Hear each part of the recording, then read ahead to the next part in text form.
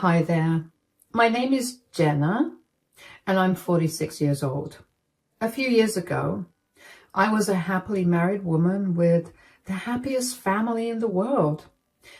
And the 1 year, everything went downhill, and as the years passed, it only got worse. Only a few years ago, I finally took a stand for myself and I'm in a much better place now. Let me start from the beginning. I met my ex-husband through some mutual friends. I was still in college, but my friends had a lot of connections with different people around the city. And my ex, Jeff, happened to be one of them. Jeff was the son of one of the most affluent businessmen in our city. He was being trained to become the CEO when I first met him. So he had this very domineering yet somehow meek demeanor to him that instantly drew me to him. He seemed like he was trying his best to be someone with authority, and there was just something so endearing about it that I couldn't help but want to be around him a lot more. Anyway, we ended up going out on a few dates before we made our relationship official. We dated for around a year and a half before I fell pregnant. We were deeply in love with each other, and neither of us wanted to let go of the product of our love, so we decided to keep the child.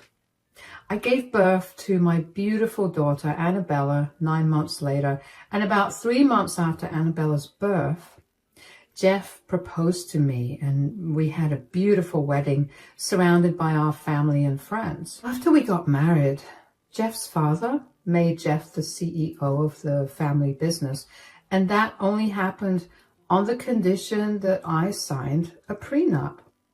I didn't mind that because I genuinely loved Jeff and I couldn't give a hoot about his wealth. I wanted him to succeed, so I was ready to do anything. So when Jeff asked me to start working right after Annabella's 5th birthday, I agreed to it immediately. The issue was that I had skipped out on a fair amount of time in the job market, and with my ever-evolving industry, I struggled to find another job. But Jeff was adamant that I did not need to earn a lot of money or contribute to the household finances. He just wanted me to earn my own fun money. Again, I had no issue with that. In fact, I was happy to be able to go back to a job. So that's what ended up happening for the next few years until Annabella turned 10. Jeff and I continued to work. Because we were both pretty busy, we barely had much time to spend with each other, but I never thought that was an issue. I mean, I made it a point to arrange some downtime for the both of us every weekend, but most of the time, Jeff was off at work or he was out with his friends. I didn't like it, but I figured that as long as Jeff was happy, I didn't mind him not spending as much time with me. Unfortunately, I should have taken that a little more seriously because just a month after Annabella's 10th birthday, I caught Jeff in bed with another woman. Needless to say, I lost my mind. Jeff was the first man I had ever loved, and to see him break it so easily made me go crazy. All my years of frustration and anger towards Jeff came spilling out. It was ugly and very messy, but in the end, Jeff and I decided to end the relationship. I truly was a broken woman. I continued to live in the house with Annabella, but Jeff went to stay with his parents until the divorce was finalized. Every time Annabella asked me why her father was not home, I would break apart. I tried my best to be strong for her, but I could not even bring myself to process what had happened with Jeff. But things only got worse when I got a call from my attorney that Jeff was asking for full custody of Annabella, or he would fight me for it. That got me right out of my depressive funk. I felt anger like I'd never felt before. The day that my attorney called me was the day that Jeff was supposed to come over to spend time with Annabella. So when he got home, I rushed over to him to confront him about the custody of Annabella. "What are you doing with this divorce?" "What do you mean? Why are you trying to get full custody of Annabella? Are you seriously trying to take her away from me?" Don't be silly, Jenna. I just think that Annabella will grow up much happier with me. And what makes you think that? Well, I have a lot more income than you do.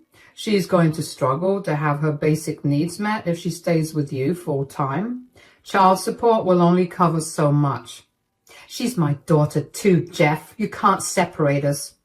Stop being so dramatic, Jenna. I'm not taking her away from you entirely. You'll get to see her every weekend. Do you think that's enough? I gave birth to her. I can't live apart from her. You'll learn to live with it. I can't believe you want full custody when you were the one that cheated on me. I told you I was sorry. I just fell out of love with you. I'm sorry that you found out the way you did, but I still want what's best for our daughter. So do I. I want what's best for her too, but I don't think seeing her once a week is what's best for her. Stop being so selfish. You and I both know that Annabella should have better financial stability, and staying with me is the way to make sure that she has that. I know I'm not being selfish. I know you well enough by now to know that you will plant seeds of hate in Annabella's heart. You make her hate me, and then I'll have no contact with her at all. You sound insane. I have better things to do other than ruining my daughter's relationship with her mother. If I promise you that I won't do something as silly and stupid as that, will you not fight this custody battle? I don't care about what you plan on doing, but I want to spend equal amounts of time with my daughter. You can't take that away from me. God, just think about what's best for Annabella for once. Why do you always have to get your way? Get my way? What are you talking about? You ripped this family apart because you couldn't contain your urges. This is the least I'm asking for. You're only doing more damage by trying to take Annabella away from me. You know what? I'm tired of you. If you want this to be amicable, let me know within the next 3 days, or I will make sure I win full custody of Annabella. You're a ruthless monster. Yeah, you can call me whatever you want, but that isn't going to change reality. I'm the better parent, and there's nothing you can do about it. I could not believe the sheer audacity that Jeff had to try to take my daughter from me when he was the one who broke the family apart. Jeff refused to talk to me without our lawyers present after that, so there was no way for me to try to talk to him privately. At every turn, it felt like Jeff was taking pride in being able to beat me at everything, and that only made me spiral further. I ended up losing my job, and I couldn't keep up with the lawyer fees. All of that only led to me losing custody of Annabella, but I was granted custody every weekend. I hated that I would only be able to see Annabella every weekend, but truthfully, I was glad that I managed to be able to see her at all. Jeff did not go easy on me, and he made sure to make me suffer during the entirety of the divorce proceedings. Once the divorce was finalized, I was flat broken. My parents sent me some money to get me my own place, and it was just enough to rent a small apartment. I managed to get a job as a waitress, and that was what kept me alive for a long time. I could not bring myself to try for jobs in my field again because I was really depressed and I could barely handle my waitressing job. I would not have been able to handle an even high-pressured job. So I made sure to work hard and earn as much money as I could so I could spoil Annabella to the best of my abilities. At first, for the first 2 years or so, Annabella and I remained close. She would hate to leave me and would always come over with the biggest smile on her face and a skip in her step. And then the changes began to settle in. Annabella became a lot more reserved. She began skipping her stays with me. At first, I thought that it was Jeff's doing, but he was adamant about not being involved.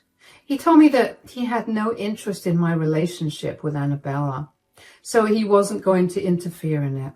He told me that Annabella was free to do whatever she wanted, and if she wasn't coming over, it was because she didn't want to come over.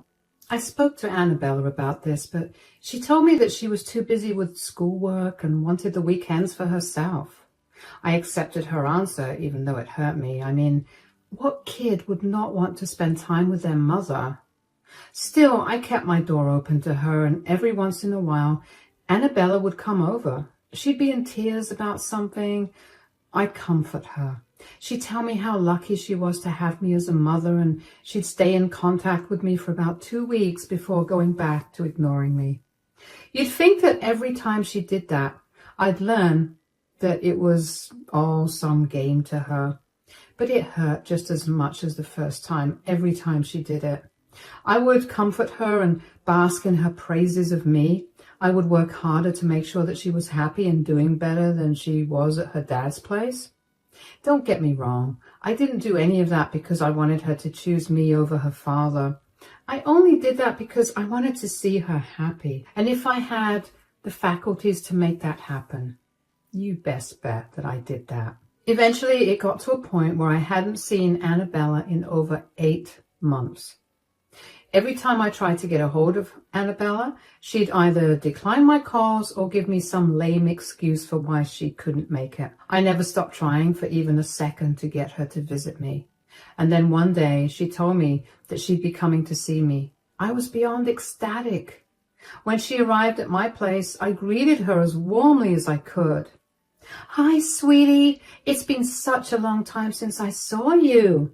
"Yeah, I guess. I'm so sorry that I haven't had the time to meet you as much.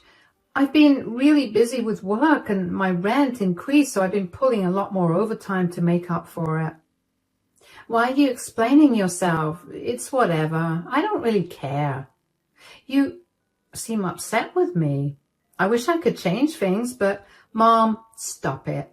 I'm not upset with you for not visiting me as much. I mean, to be fair, if I wanted to meet you, I would make more of an effort as well." "What do you mean?" "Most of the time when you're finally free to meet me, I can tell you that I'm busy. The truth is, I'm never busy. I just prefer Dad's place to yours."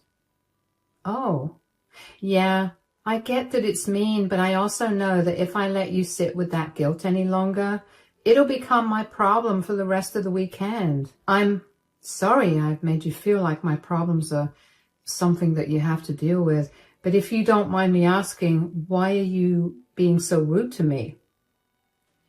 "Isn't it obvious by everything I just told you? I don't want to be here." "Oh, I get that. But you almost always never want to be here. Yet you're nice to me. What's different this time?" "That's none of your concern." "It is, considering I'm your mother and I'm bearing the brunt of whatever's making you feel this way." Fine. Something's bothering me and I don't know how to feel about it." "All right, that's a start. Tell me what's bothering you." "Well, Dad's been seeing someone for the last 2 years. "Uh-huh. And I guess their relationship was going really well because 3 days ago, Dad told me that he was going to propose to his girlfriend." "Oh, wow. And that's been bothering you?" "Yeah, I guess. I'm just scared that Dad's going to forget me because he'll get too wrapped up with his girlfriend." "Have you met his girlfriend?" "Yeah, like twice. I mean, she seemed nice and she looked like she really loved Dad. Dad looked happy and I guess I'm happy for him, but I'm still scared that she might make Dad turn his back on me like some evil stepmother." "I don't think that will happen." "How do you know that?" "If there's one thing that I know about your father, it's that he loves you a lot. He will never jeopardize your future for something that he wants." "But what if he does?" "If he does, which he won't, you'll have me. I know you're not my biggest fan, and I know that we don't exactly have the best relationship, but you're still my daughter. I want to spend as much time as I can with you. I know I won't be able to provide you with the same lifestyle your father has provided you, but I'll make sure that you'll always have everything you want and need." "That's sweet, Mom. But I seriously don't want Dad to change or his wife to be a monster. Things will work themselves out. Don't worry about a thing. How about we eat some ice cream and watch your favorite movie now? I feel like that would cheer you up." "Yeah, let's do that." I will admit that hearing that Jeff was getting married again made me feel a little upset. I know that he was no longer mine, but it felt odd. So I couldn't imagine what must have been going through Annabella's mind. I did my best to put her mind at ease, and I kept reassuring her that if hypothetically things went south between her and her father, I would be there for her. Now, at this point, I had grown so numb to Annabella's emotional torture that I even began overlooking her snide insults aimed at me. I was so desperate to spend time with her that I overlooked her disgust of me and my way of life. That was my biggest mistake, not noticing things. After Annabella went back home to her father that time, I never properly saw her after that. At best, she'd visit me for my birthday and the holidays for an hour, and that was it. I was a broken woman. Nothing in the world could bring my spirits up. And I became pretty comfortable in my sorrow. While I was rotting away, Annabella began to live out all her dreams. Her father got married to a beautiful woman, Gwen, who she would flaunt on social media as her true mother. The three of them would go on family vacations every couple of months, and when it came time to go to college, Annabella went to the best university in our city, while she continued to stay with her father and his wife, Gwen. I continued to struggle to make ends meet for myself, and even though I was initially bitter to see the three of them living the life that was supposed to include me as well, I learned to gradually get over it. And then tragedy struck one day. Jeff got into a horrible accident where he died on impact. Needless to say, Annabella was a wreck. I wasn't a mess in any sense, but I was affected by his death too. He had been a huge part of my life for a long time, and even though things soured between us, it didn't mean that he didn't hold a special place in my heart. Even though I desperately wanted to reach out to Annabella, I gave her the space I knew she wanted. After Jeff's funeral was done, I went over to her place and spoke to her for the first time in a very long time. "Hey, sweetie, how are you doing?"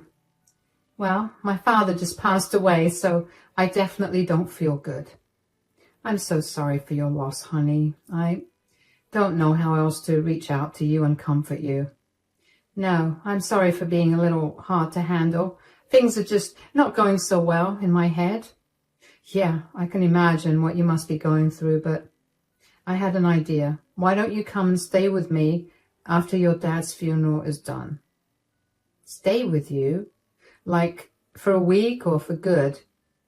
"For good, sweetie. I mean, I know you're all grown up now, but you'll still need a place to stay while you go to college, right?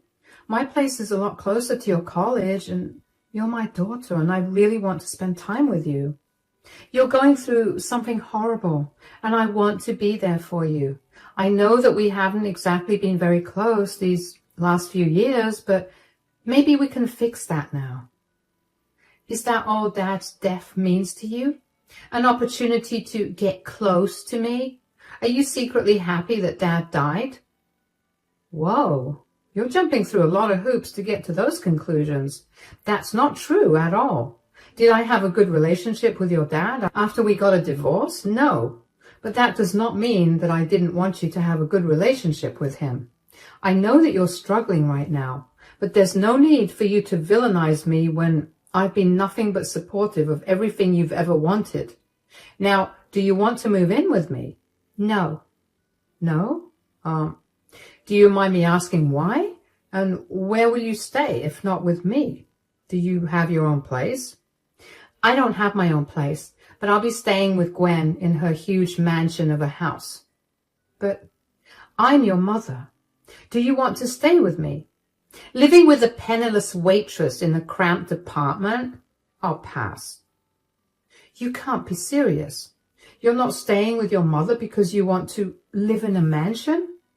"Not just that. I need stability. Dad made sure that Gwen would take care of me when he died. She promised me that she would take care of me too. Living in her mansion is only a bonus. You're going to only bring me further down because you have no money, and you won't be able to provide for me in the way that Gwen would." "That's really upsetting to hear. I did not raise you to be so selfish and opportunistic. Are you even close to Gwen? Last I heard, you two barely know each other. Who cares if I know Gwen or not? She promised to take care of me, so that's all that matters. I don't want anything more to do with you.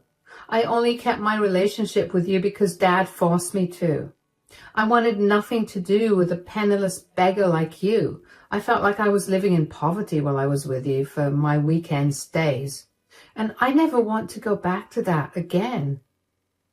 Wow. Okay.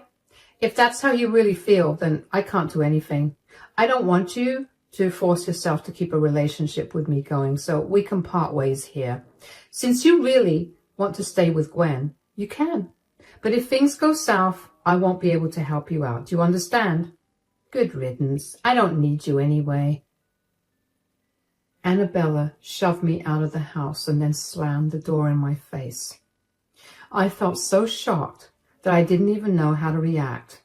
I never anticipated Annabella to actually tell me what she really thought about me. I had only gone there to be there for her in her hard time, and instead, I got slapped with the biggest insult of all. Instead of feeling pitiful about my miserable life for the first time in forever, I felt an ungodly amount of rage coursing through my veins. I knew that grief made people act funny, but this was not acceptable. I would not sit silently as Annabella insulted me. I didn't plan on doing anything to her, but I knew that if she ever came back to me for help, I would not help her no matter what her situation was. And just as I'd expected it, only a week after our conversation, Annabella showed up at my doorstep with an eviction notice in her hand. Annabella, what are you doing here? I got evicted. What? Are you serious? Yeah, here, look at this eviction notice. That jerk played me. She promised Dad that she would take care of me, and in just a week, she threw me out of her house. Wow. No one could have ever seen this coming. Why are you being so sarcastic? Everyone knows that your father only married Gwen for her money and wealth. She married your father because she wanted even more money from his company. She got it now that he's dead. And the last thing she wants is a grown adult living in her house. And you didn't think to warn me? It would have saved me a lot of embarrassment. She served me an eviction notice in front of all her friends and then proceeded to make fun of me with them. Well, what do you want me to do now? You didn't want to listen to anything I wanted to say because you were adamant about me being some evil character whose life goal is to ruin your life. I didn't mean it like that. I mean, just think about things from my perspective. Dad had 10 times more money than you did. And now that he passed on most of it to Gwen, I figured she'd take care of me too, especially since she promised. You think promises mean anything when money comes into play? Come on, Annabella, you're smart enough to know better. Fine, I made a huge mistake. Now, can I stay with you? Stay with me? I'm sorry, my apartment is too small for 2 people. What? What do you mean? You said it yourself. I'm a penniless waitress living in a cramped apartment. I can't let it be more cramped than it already is. You're going to have to find another place to live. Are you seriously not going to let me stay with you because of what I said last time? I was grieving. You can't hold that against me. Just because you're grieving, it doesn't mean that you get to say hurtful things and not suffer the consequences of it. I know you lost your father, but I lost my first love. Yeah, I know we ended up parting on really bad terms, but I still cared for him. He still meant a lot to me. You had no right to say that to me, especially since you know how much I sacrificed to give you a good life too. You disrespected and belittled me, so I don't see any reason for me to let you stay here. But I'm your daughter. You can't just leave me hanging like this. And I'm your mother. Yet you still had no problem dismissing me in favor of a woman you barely knew. You need to learn that actions have consequences. I didn't even do anything. You said enough. You told me how you really feel. I don't want anything more to do with you. What do I do? Where do I stay? Figure it out. You're smarter and richer than me, so you'll work something out. Bye, Annabella. It hurt me beyond words to tell Annabella to figure her life out on her own, but I had reached my breaking point with our last conversation. Annabella had always done this. She would use me for the little time that she needed me, and as soon as she got back on her dad's good side, she'd leave me again. Yes, I know that she was only a child at that time, but I was also struggling. I never did anything to hurt her or stop her from doing the things she wanted. I made sure to do everything I could to make her happy. And if that meant spending my entire paycheck to give her one thing, I'd do that. Of course, I never made it seem like she was lucky to have her basic needs met by her mother, but she knew firsthand how hard I had been working to provide for her. She saw how much I loved her and how much I longed to spend time with her. And still, she'd choose to hurt me over and over again. I knew that if I gave Annabella a place in my home for even a few days, she would manage to convince me to let her stay with me until she found someone else to run off with and hurt me again. I was tired of constantly living on the edge. All I wanted was to provide my daughter with all the love and affection that I could give. But she would constantly stamp out all my efforts and laugh in my face. That takes a huge toll on me. And yeah, I knew that I was only kicking her when she was down, but what was a penniless waitress like me supposed to do? In the days that followed, Annabella managed to find a place to stay with her friends. She had quite a bit of money from her father's inheritance, so she was able to get herself an apartment. But it would take a few months until she could move in.